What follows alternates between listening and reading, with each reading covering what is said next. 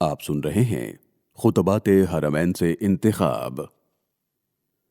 خطبہ جمعہ امام مسجد الحرام فضیلت الشیخ ڈاکٹر صالح بن عبداللہ بن حمید حفظہ اللہ تعالی۔ عنوان: مسلمان بھائی کی مصیبت پر خوش ہونا اخلاقی جرم ہے۔ تاریخ 24 محرم الحرام سن 1436 ہجری بمطابق 6 نومبر سن 2015۔ الحمدللہ، سب تعریفیں اللہ کے لیے ہیں، سب تعریفیں اللہ کے لیے ہیں جو زمانے کی گردش کا مالک ہے۔ معاملات کی توفیق وہی دیتا ہے، وہی دنوں اور مہینوں کو گردش دیتا ہے، اس کے سوا کوئی معبود حقیقی نہیں۔ اول و آخر سب تعریفیں اسی کی ہیں اور اسی کی طرف اکٹھے ہونا ہے۔ میں اپنے رب کی حمد و ثنا بیان کرتا ہوں، اس کا شکر ادا کرتا ہوں، اس سے توبہ کرتا ہوں اور اپنے گناہوں کی بخشش مانگتا ہوں۔ وہی اللہ عطا کرتا اور نوازتا ہے، وہی فضل و کرم کرنے والا اور دکھوں اور مصیبتوں سے بچانے والا ہے۔ میں گواہی دیتا ہوں کہ اللہ کے سوا کوئی معبود برحق نہیں، وہ اکیلا ہے، اس کا کوئی شریک نہیں۔ میں یہ گواہی خلوص دل سے بھرپور سچائی کے ساتھ دیتا ہوں اور یہ شہادتیں قلبی امراض کی شفا ہیں۔ میں یہ بھی گواہی دیتا ہوں کہ ہمارے سردار اور نبی محمد مصطفیٰ صلی اللہ علیہ وسلم اللہ کے بندے اور اس کے چنیدہ رسول ہیں۔ آپ اپنے رب کی شکر گزاری میں اس قدر محو عبادت ہوئے کہ آپ کے قدم مبارک سوج گئے۔ آپ پر اللہ کی رحمتیں اور برکتیں نازل ہوں، آپ کے صحابہ پر بھی اللہ کی رحمتیں اور برکتیں نازل ہوں جو آپ پر ایمان لائے اور جنہوں نے آپ کی اتباع کی۔ آپ پر نازل ہونے والے نور مبین کی پیروی کی۔ تابعین کرام اور ان کے نیکوکار پیروکاروں پر بھی اللہ کی رحمت و برکت ہو۔ اللہ ان سب پر تا قیامت بے حد سلامتی نازل فرمائے۔ بعد ازاں، اے لوگو، میں خود کو اور تم سب کو تقوی اختیار کرنے کی نصیحت کرتا ہوں۔ اللہ سے ڈر جاؤ، اللہ تم پر رحم فرمائے۔ زندگی کے مصائب نہایت مہلک ہیں، کیا کوئی ہے جو ان سے عبرت حاصل کرے؟ موت اچانک آ جاتی ہے، کیا کوئی دل ایسا ہے جو اس سے نصیحت پکڑے؟ زندگی کی مہلت ختم ہو رہی ہے، کیا لوگ کوئی تیاری کر رہے ہیں؟ ہمارے آباء و اجداد آج کہاں ہیں؟ کم سن بچے کدھر ہیں؟ ساتھ بسنے والے جگری دوست آخر کہاں ہیں؟ دور و نزدیک کے ساتھی اور حاضر و غائب عزیز و اقارب آج کہاں ہیں؟ ہم نے ان سب کو مشکلات کا شکار دیکھا، ان پر کئی مصائب آئے۔ ارشاد باری تعالیٰ ہے، فرمایا، اب یہ لوگ اس کے سوا اور کس چیز کے منتظر ہیں کہ وہی برے دن دیکھے جو ان سے پہلے گزرے ہوئے لوگ دیکھ چکے ہیں۔ ان سے کہو، اچھا انتظار کرو، میں بھی تمہارے ساتھ انتظار کرتا ہوں۔ اے مسلمانوں، اسلام انسانیت کو جاہلیت کے امراض اور نجاستوں سے پاک کرنے کے لیے آیا ہے۔ یہ انسانی کردار و اخلاق کی صفائی کے لیے اور انسانوں کو فطرت سلیمہ پر چلانے کے لیے آیا ہے۔ مسلمانوں کا باہمی تعلق دینی اور قوت ایمانی کا تعلق ہے۔ اس تعلق اور ربط کی کچھ نشانیاں ہیں، مثلاً دوسروں کے متعلق حسن ظن اور محبت و سرور کے جذبات رکھنا، لوگوں کے لیے بھلائی کی چاہت رکھنا اور اسی طرح دوسروں کو خیر و بھلائی میں دیکھ کر خوش ہونا۔ مسلمانوں کی محبت و الفت کو داغدار کرنے والی چیزوں سے اجتناب کرنا، جیسے حسد، دشمنی، بائیکاٹ، بغض، گالم گلوچ اور دوسروں کو برے ناموں سے پکارنا وغیرہ وغیرہ۔ اللہ کے بندوں میں سے خیر خواہ اللہ کی مخلوق سے محبت کرنے والے وہ لوگ ہیں جو اہل ادب اور رحم دل ہیں، محبت و الفت کرنے والے اور صدق و وفا کے حامل ہیں۔ میرے پیارے مسلمان بھائیوں، شریعت اسلامی نے ہر قسم کے انسانی، قولی اور فعلی عیب، جذبات اور احساسات کے امراض کا علاج پیش کیا ہے۔ تاہم دور حاضر کے جدید ذرائع اور آلات و وسائل نے ان بیماریوں میں اضافہ کر دیا ہے۔ تو جس طرح مسلمانوں کی آزمائش میں اضافہ ہوا ہے، یقیناً اسی طرح اسے وسیع علاج کی بھی ضرورت ہے۔ اے مسلمانوں، مسلمان بھائی کی تکلیف پر خوش ہونا ایک قابل نفرت اور نہایت بری عادت اور خصلت ہے۔ یہ کسی انسان کے برے کردار کی دلیل ہے۔ یہ ایسا شخص ہے جس کا دل محبت و مودت، شفقت و مہربانی اور خیر و بھلائی کی چاہت سے خالی ہے۔ ایسے بدخصلت انسان کے ساتھ مزید بری خصلتیں بھی جڑی ہوتی ہیں، مثلاً دوسروں کا مذاق اڑانا، غیبت کرنا اور دوسروں کے عیب ٹٹولنا، قول و فعل اور اشارے سے دوسرے کا مذاق اڑانا وغیرہ وغیرہ۔ اللہ تعالیٰ ہمیں ان بری خصلتوں سے بچائے۔ مسلمان بھائی کی تکلیف پر خوش ہونا ایک ایسی عادت، ایسی خصلت و عادت ہے کہ جس میں دوسرے شخص کی تحقیر کرنا، اس کو اس کے مقام و مرتبے سے گرانا، دوسروں کے عیب ٹٹولنا، طعن و تشریح کرنا اور دوسروں کی عزت و احترام کے در پہ ہونا شامل ہے۔ اللہ آپ سب کی حفاظت فرمائے۔ شماتت اپنے مخالف کی مصیبت پر خوش ہونا اور اپنے مقابل کی تکلیف پر مسرور ہونا ہے۔ علامہ ابن بطال فرماتے ہیں، اپنے دشمنوں کی مصیبت پر خوشی منانا وہ جرم ہے جس سے دل زخمی ہو جاتا ہے اور لوگ اس بارے میں آخری انتہا تک چلے جاتے ہیں، اور یہ کام صرف دشمنی اور حسد کی بنا پر ہی ہوتا ہے۔ کچھ اہل دانش کا کہنا ہے کہ حسد اور شماتت دونوں لازم و ملزوم ہیں، کیونکہ حاسد اپنے مخالف کی نعمت کو دیکھ کر گنگا ہو جاتا ہے اور مخالف کی تکلیف دے کر کھل اٹھتا ہے۔ اے دوسروں کی مصیبت پر خوشی منانے والے، اے اس برے مرض کے شکار، اللہ تجھے شفا دے اور ہدایت سے نوازے۔ اس رویے کا مطلب ہے کہ گویا تو اپنے کامل ہونے پر فخر و غرور کر رہا ہے اور اپنے حسین و جمیل ہونے پر مغرور ہے۔ سن، آج اگر حالات تیرے لیے عارضی طور پر سازگار ہیں تو غفلت کا شکار ہے۔ تیرا خیال یہ ہے کہ تیرے یہ بھائی جو آج مصائب کا شکار ہے وہ تیری کسی بد دعا کا نتیجہ ہے، یا تو اگر کسی طرح کے معاملے سے بچ گیا ہے تو تیرے یہ مقام و مرتبے کی وجہ سے ہے، تو گویا تو اپنے آپ کو بڑا نیک اور صالح ثابت کرنے کی کوشش کر رہا ہے۔ یاد رکھ، یہی تکبر و غرور، خود پسندی اور غفلت ہے، بلکہ ممکن ہے یہ تیرے لیے اللہ کی مہلت ہو، اللہ کی پناہ۔ کیا تجھے معلوم ہے کہ ممکن ہے کہ تیری یہ بری خصلت تیرے نفسیاتی مرض کی وجہ سے ہو، جو تمہاری عدم خود اعتمادی کی دلیل ہو، تجھے ناکامی کا خطرہ لگا رہتا ہو، اور اس طرح تو اپنے نفس کو تسلی دینے کی کوشش کرتا ہے۔ دوسروں کے غم اور مصیبت پر خوشی منانے والا ہر طرح کے قابل تعریف کارناموں سے محروم رہتا ہے، بلندیوں کی راہیں اس کے لیے بند ہو جاتی ہیں اور وہ اعلیٰ انسانی شعور و احساسات سے محروم رہتا ہے۔ وہ اپنی بد طبیعت کی وجہ سے دوسروں کی تکلیف پر خوشی مناتا ہے، بلکہ اہل علم تو یہ کہتے ہیں کہ یہ منافقوں کی عادت ہے۔ اللہ تعالیٰ نے منافقوں کی نشانیاں بتاتے ہوئے فرمایا، تمہارا بھلا ہوتا ہے تو ان کو برا معلوم ہوتا ہے، اور تم پر کوئی مصیبت آتی ہے تو یہ خوش ہوتے ہیں، مگر ان کی کوئی تدبیر تمہارے خلاف کارگر نہیں ہو سکتی، بشرطے کہ تم صبر سے کام لو اور اللہ سے ڈر کر کام کرتے رہو۔ جو کچھ یہ کر رہے ہیں اللہ اس پر حاوی ہے۔ اے مسلمانوں، ہمارے نبی محترم نے شماتت اور اس کی نحوست سے پناہ مانگی ہے۔ صحیح بخاری میں آپ کی یہ دعا منقول ہے، اے اللہ، میں برے خاتمے، انتہا درجے کی بدبختی اور دشمنوں کی ناروا خوشی سے تیری پناہ مانگتا ہوں۔ ہارون علیہ السلام نے اپنے بھائی موسیٰ علیہ السلام کو یہی کہا تھا۔ ادھر سے موسیٰ غصے اور رنج میں بھرا ہوا اپنے قوم کی طرف پلٹا۔ آتے ہی اس نے کہا، بہت بری جانشینی کی تم لوگوں نے میرے بعد، کیا تم سے اتنا صبر نہ ہوا کہ اپنے رب کے حکم کا انتظار کر لیتے؟ اور تختیاں پھینک دیں اور اپنے بھائی ہارون کے سر کے بال پکڑ کر اسے کھینچا۔ ہارون نے کہا، اے میری ماں کے بیٹے، ان لوگوں نے مجھے دبا لیا اور قریب تھا کہ مجھے مار ہی ڈالتے، بس تو دشمنوں کو مجھ پر ہنسنے کا موقع نہ دے اور اس ظالم گروہ کے ساتھ مجھے شامل نہ کر، یعنی مجھے تکلیف دے کر دشمنوں کو خوش نہ کر۔ امام شوکانی رحمہ اللہ فرماتے ہیں، نبی کریم صلی اللہ علیہ وسلم نے اپنے کسی غم پر دشمنوں کے خوش ہونے کی اذیت سے پناہ مانگی ہے، اور ہمیں بھی اس سے پناہ مانگنے کا حکم دیا ہے، کیونکہ یہ بہت بڑی خامی ہے اور انسانی نفس اس سے بے حد متاثر ہوتے ہیں، لوگ اس سے نفرت کرتے ہیں۔ اگر یہ بد خصلت مسلسل جاری رہے اور کوئی شخص اس میں بہت آگے نکل جائے تو یہ دشمنی قتل و غارت تک پہنچ جاتی ہے۔ علامہ مناوی رحمہ اللہ فرماتے ہیں، اپنے کسی غم پر دشمنوں کی خوشی سے حفاظت کی دعا کرنا اس لیے بہت ضروری ہے کیونکہ جو شخص عوامی مقام و مرتبے کا حامل ہو وہ محسوس کرتا ہے گویا وہ تنے ہوئے رسے پر چل رہا ہے اور اس کے حاسد و مخالف اس کے لڑکنے کے انتظار میں ہیں۔ لہٰذا اے اللہ کے بندو، اپنے مسلمان بھائی کی تکلیف پر خوشی نہ مناؤ، کہیں ایسا نہ ہو کہ اللہ اسے عافیت عطا فرما دے اور تمہیں مصیبت کا شکار کر دے۔ اس لیے عبرت حاصل کرو۔ سیدنا واصلہ ابن اسقع رضی اللہ تعالیٰ عنہ بیان کرتے ہیں کہ رسول اللہ صلی اللہ علیہ وسلم نے فرمایا، اپنے بھائی کے دکھ پر خوشی کا اظہار نہ کرو کہ ممکن ہے کہ اللہ اسے اپنی رحمت سے نواز دے اور تجھے آزمائش میں مبتلا کر دے۔ اپنے بھائی کے دکھ پر کبھی خوشی مت مناؤ، ہاں وہ کتنا ہی چھوٹا ہو، اس کے دینی اور دنیاوی عیوب واضح ہوں اور وہ تم سے کتنا ہی کمتر کیوں نہ ہو، کیونکہ بھائی کے دکھ پر خوشی منانا آزمائش اور مصیبتوں کو دعوت دینے کے مترادف ہے۔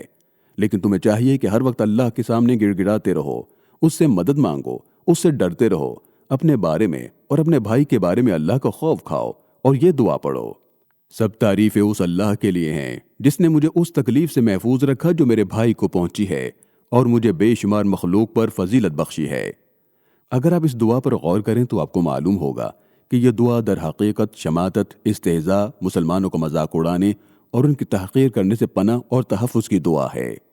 اے مسلمانوں، وقت بدلتا رہتا ہے اور دن آتے جاتے رہتے ہیں، کتنے ہی غنی فقیر ہو گئے اور فقیر مالدار بن گئے، عزتوں والے خوار ہوئے اور ذلیل معزز ہو گئے، بے حیثیت لوگ نامور ہو گئے اور مشہور و معروف گمنام ہو گئے، طاقتور کمزور اور کمزور طاقتور ہو گئے، صحت مند بیمار اور بیمار صحت یاب ہو گئے۔ آج اگر کسی قوم پر برے دن آئے ہیں تو وہی آزمائش اگلی دفعہ کسی دوسرے قوم پر وارد ہوگی۔ آج دوسروں کی مصیبت پر خوشیاں منانے والے کل خود اسی مصیبت میں مبتلا ہوں گے۔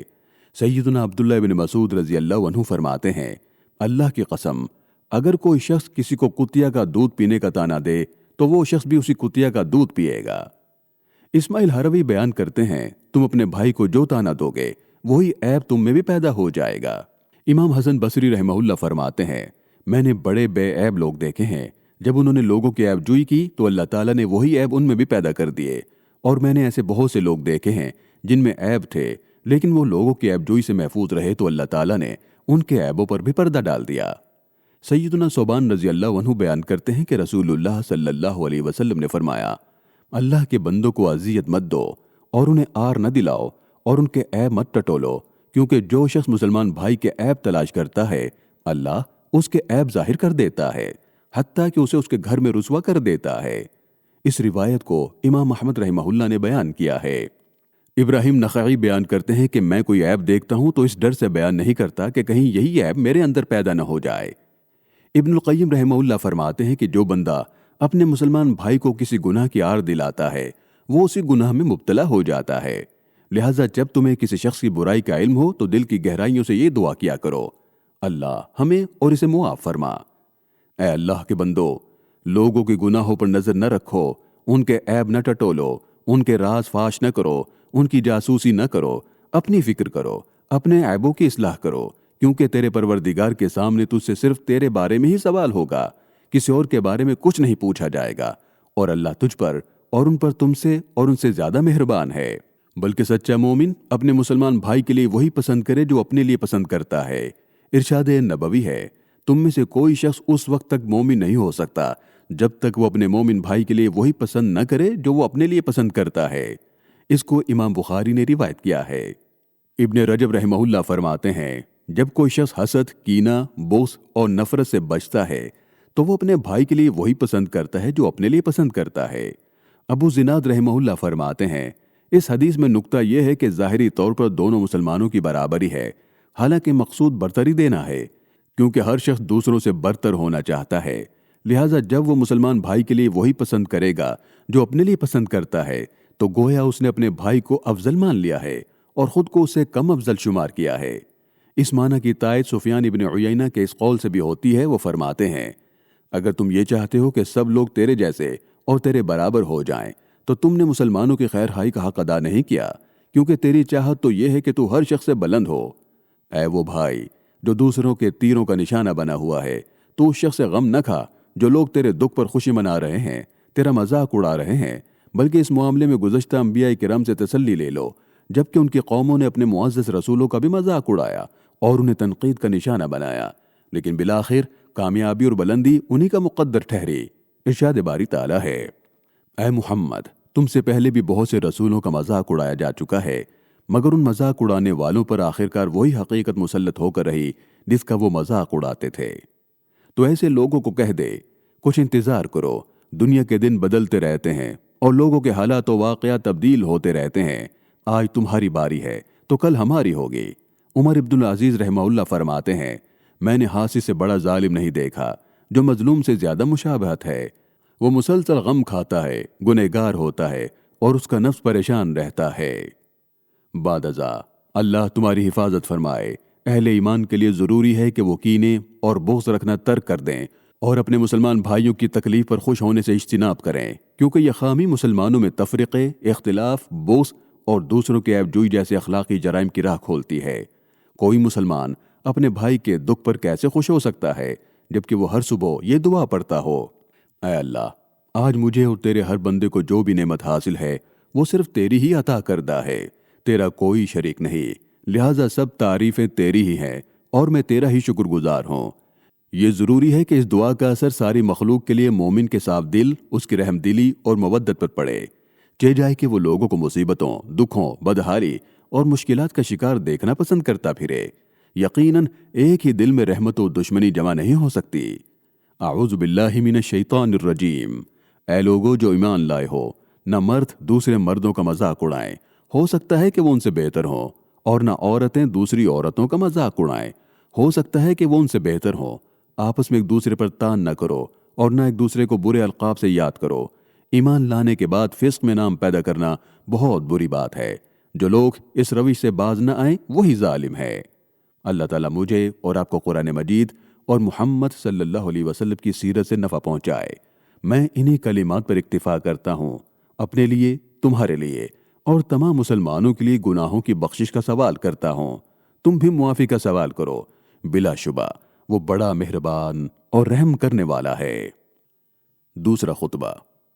الحمدللہ، تعریف اللہ ہی کے لیے ہے، وہ یکتا اور واحد ہے، وہ فضل و کرم فرمانے والا اور بہت جزا دینے والا ہے۔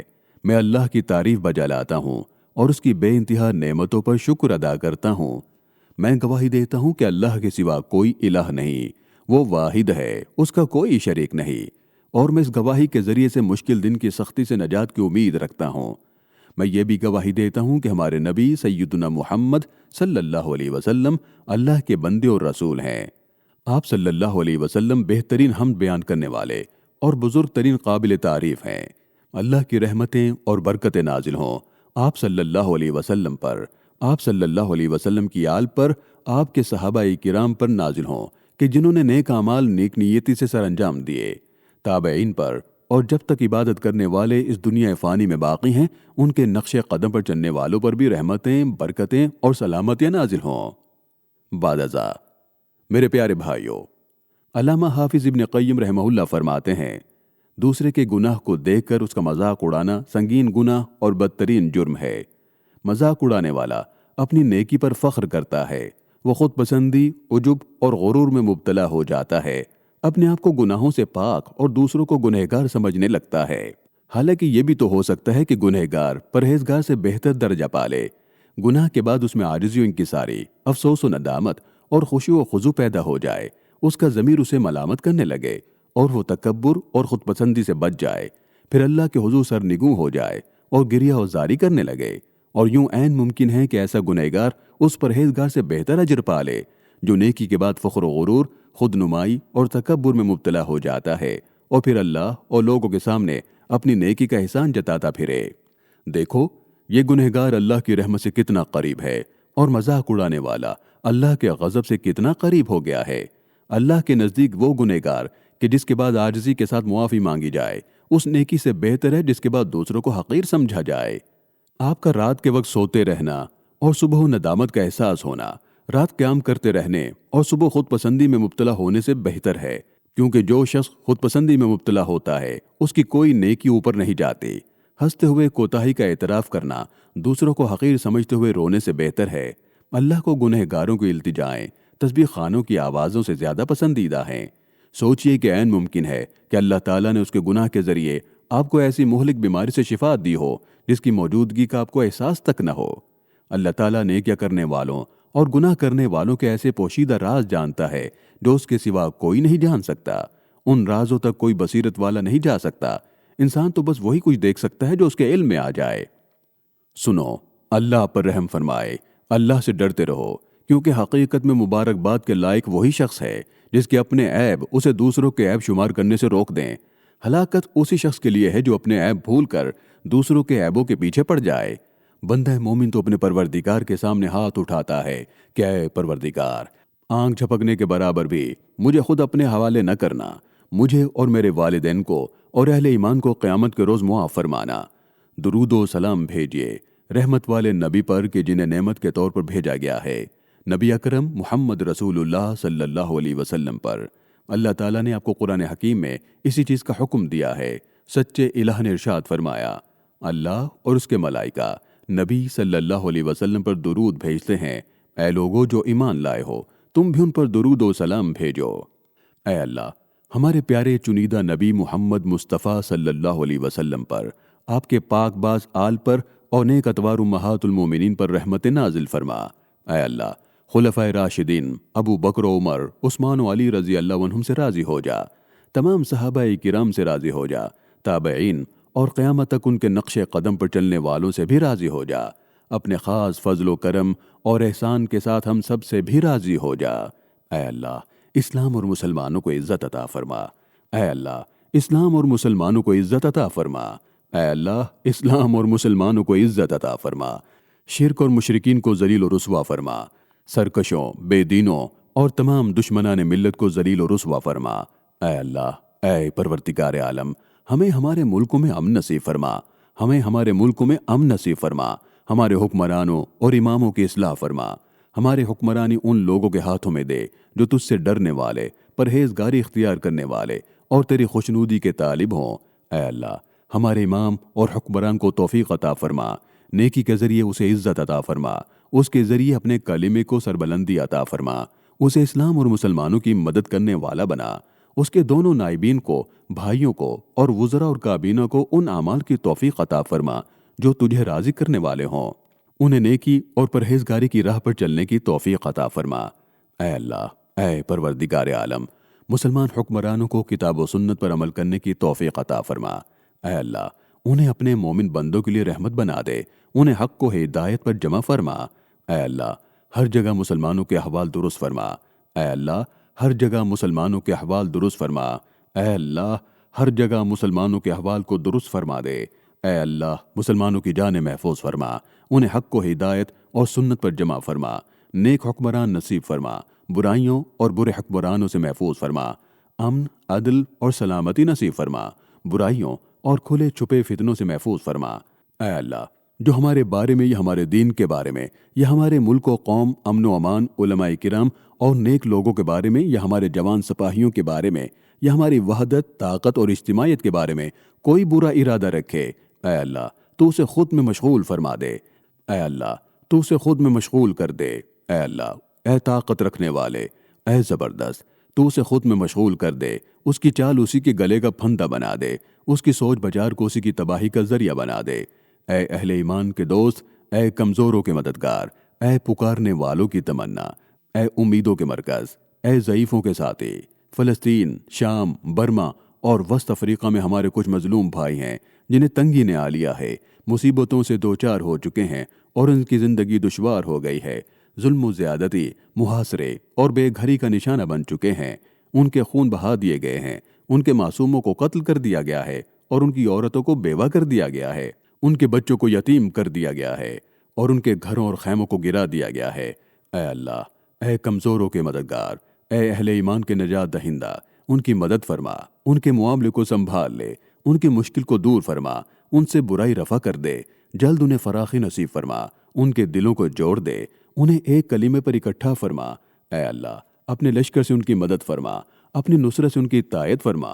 اے اللہ، ہم تجھ سے عظیم فتح کا سوال کرتے ہیں، رحمت، آسانی اور ثابت قدمی کا سوال کرتے ہیں۔ اے اللہ، ان کے نشانے درست فرما، ان کی رائے کی اصلاح فرما، ان کی ہمت بلند فرما۔ اے اللہ، اے پروردگار عالم، سرکشوں، ظالموں، ان کے مددگاروں اور ان کی صف میں کھڑے ہونے والوں کو تباہ و برباد فرما۔ اے اللہ، ان کی اجتماعیت ختم کر دے، ان کی وحدت کو پاش پاش کر دے، انہیں بکھیر دے۔ اے اللہ، انہیں اپنی چالوں کی وجہ سے ہلاک فرما۔ اے اللہ، غاصب یہودیوں کو تباہ و برباد فرما۔ اے اللہ، حملہ آور ہونے والے غاصب یہودیوں کو تباہ و برباد فرما۔ یقیناً وہ تجھے عاجز کرنے والے نہیں، ان پر اپنا عذاب نازل فرما۔ جو مجرموں پر نازل ہو تو رکنے والا نہیں ہوتا۔ اے اللہ، ہم تجھے ان کے سامنے کرتے ہیں اور ان کے شر سے تیری پناہ مانگتے ہیں۔ اے اللہ، تو ہی اللہ ہے، تیرے سوا کوئی الہ نہیں، تو بے نیاز ہے اور ہم محتاج ہیں۔ اے ہمارے رب، ہم نے اپنے اوپر ستم کیا، اب اگر تو نے ہم سے درگزر نہ فرمایا اور رحم نہ کیا تو یقیناً ہم تباہ ہو جائیں گے۔ اے ہمارے رب، ہمیں دنیا میں بھی بھلائی عطا فرما اور آخرت میں بھی بھلائی عطا فرما اور آگ کے عذاب سے ہمیں بچا۔ اللہ عدل اور احسان اور صلہ رحمی کا حکم دیتا ہے اور بدی و بے حیائی اور ظلم و زیادتی سے منع فرماتا ہے۔ وہ تمہیں نصیحت کرتا ہے تاکہ تم سبق لو۔ اللہ کو یاد رکھو، وہ آپ کو یاد رکھے گا۔ اس کی نعمتوں پر اس کا شکر ادا کرو، وہ آپ کو اور نوازے گا۔ اللہ کا ذکر تو بلند ترین ہے اور اللہ آپ کے اعمال سے باخبر ہے۔ آمین آمین یا ارحم الراحمین۔